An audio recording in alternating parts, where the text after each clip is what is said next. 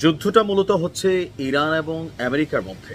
Israel তো হচ্ছে ইরানের বিপরীতে আমেরিকার দাবার গুটি যে কলঙ্ক আমাদের মাথায় নিব না, মধ্যপ্রাচ্যে শক্তিটারে পালতেছি, মধ্যপ্রাচ্যের আরব রাষ্ট্রগুলোর মধ্যে গুতাগুতি লাগাইতে, পাশাপাশি ইরানকে শায়েস্তা করতে, অথবা আগামী দিনে কোনো আরব রাষ্ট্র যদি ইরানের মতন স্বনির্ভর শক্তিশালী হতে চায়, তাদেরকেও কিন্তু এই ইসরায়েল দিয়ে শায়েস্তা করবে আমেরিকা।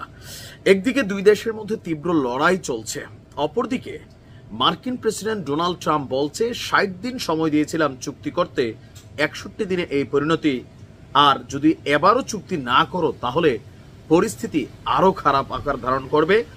এমনকি ওয়াদা করেছে যে ইরান, তোমরা যদি ইসরায়েলের টাচ করতে চাও, আমরা আমেরিকা ছাতার মতন কাজ করব। তবে আমেরিকা কি শুধু মুখে মুখে কথা বলে? না, এই জায়গাটাই হচ্ছে পার্থক্য। আরব রাষ্ট্রগুলো অথবা ইরানের মিত্র হিসাবে রাশিয়া বা চীন হয়তো বলে, কিন্তু কার্যকর ভূমিকা আমরা রাখতে দেখি না যতটা আমেরিকা প্রকাশ্যে রাখছে। ইতিমধ্যেই ইসরায়েলে ইরানের যে ক্ষেপণাস্ত্র এবং ড্রোনগুলো উড়ে যাচ্ছে সেগুলোর ভয়াবহতা আপনারা দেখেছেন। তবে এটা যেন আর বেশি দূর গড়াইতে না পারে, সেই জন্য অলরেডি তেহরানের পাল্টা আক্রমণ ঠেকাতে ইরানের বিরুদ্ধে যুদ্ধজাহাজ পাঠাচ্ছে আমেরিকা।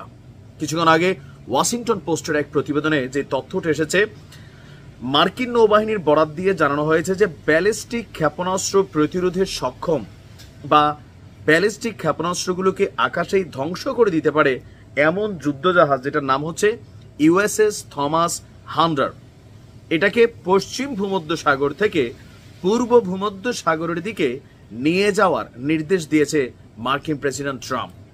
এছাড়া আরেকটি ক্ষেপণাস্ত্র ধ্বংসকারী জাহাজকেও অগ্রসর হওয়ার নির্দেশ দিয়েছে, যাতে হোয়াইট হাউসের অনুরোধে যে কোনো মুহূর্তে অ্যাকশনে যেতে পারে। দর্শক, মার্কিন কর্মকর্তারা বলছে যুক্তরাষ্ট্র মধ্যপ্রাচ্যে তাদের সামরিক সম্পদ সরিয়ে নিচ্ছে, যার মধ্যে জাহাজও রয়েছে। এদিকে এই পাল্টাপাল্টির মধ্যে মার্কিন যুদ্ধ বিমানগুলো মধ্যপ্রাচ্যের আকাশে টহল দিচ্ছে, মানে আমাদের আরব রাষ্ট্রগুলোতে আমেরিকার যে বেসগুলো আছে, ঘাঁটিগুলো আছে সামরিক, সেখানে উড়াউড়ি চড়ছে। এমনকি মার্কিন বিমান ঘাঁটিগুলোতেও অতিরিক্ত নিরাপত্তা ব্যবস্থা নেওয়া হয়েছে, তবে এগুলো সবকিছু আনুষ্ঠানিকভাবে প্রকাশ করা হয়নি। এখন এই যে আপনার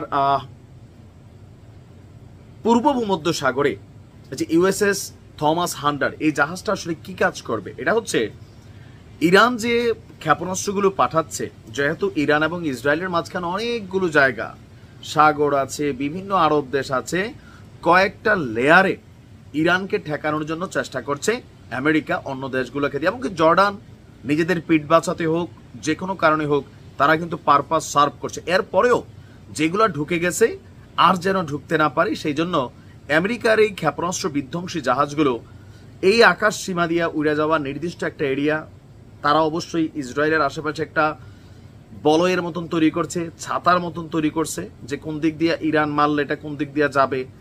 যেগুলা জর্ডান ঠেকায় দিচ্ছে, যেগুলা ইসরায়েলের আকাশ প্রতিরক্ষা সিস্টেম দ্বারা ঠেকানো সম্ভব এগুলা ঠেকাচ্ছে। এর পাশাপাশি সাগর পথে বা আরো বিভিন্ন আরব রাষ্ট্রগুলোতে যেগুলো উড়ে যাবে, এগুলোকে ধ্বংস করতেই আমেরিকার এই যুদ্ধজাহাজ থমাস হান্ডার অন দা ওয়েতে আছেন। ইরানকে লড়াই করতে হচ্ছে পুরো পশ্চিমা বিশ্বের বিপরীতে, তাও মিত্র শক্তি হিসেবে যারা আছে কার্যকর ভূমিকা তাদের রাখার সুযোগও নেই। আর আরব রাষ্ট্রগুলো শুধুমাত্র নিন্দা জ্ঞাপন, এরদোগানও নিন্দা জ্ঞাপন, এগুলোর মধ্যে আছে। আল্লাহ ভালো জানে যে কি হবে, তবে এটা ইরানের জন্য একটু ধাক্কা হয়ে যাবে। তারপরেও উত্তম ফয়সালাকারী তিনি, দেখা যাক কি হয়।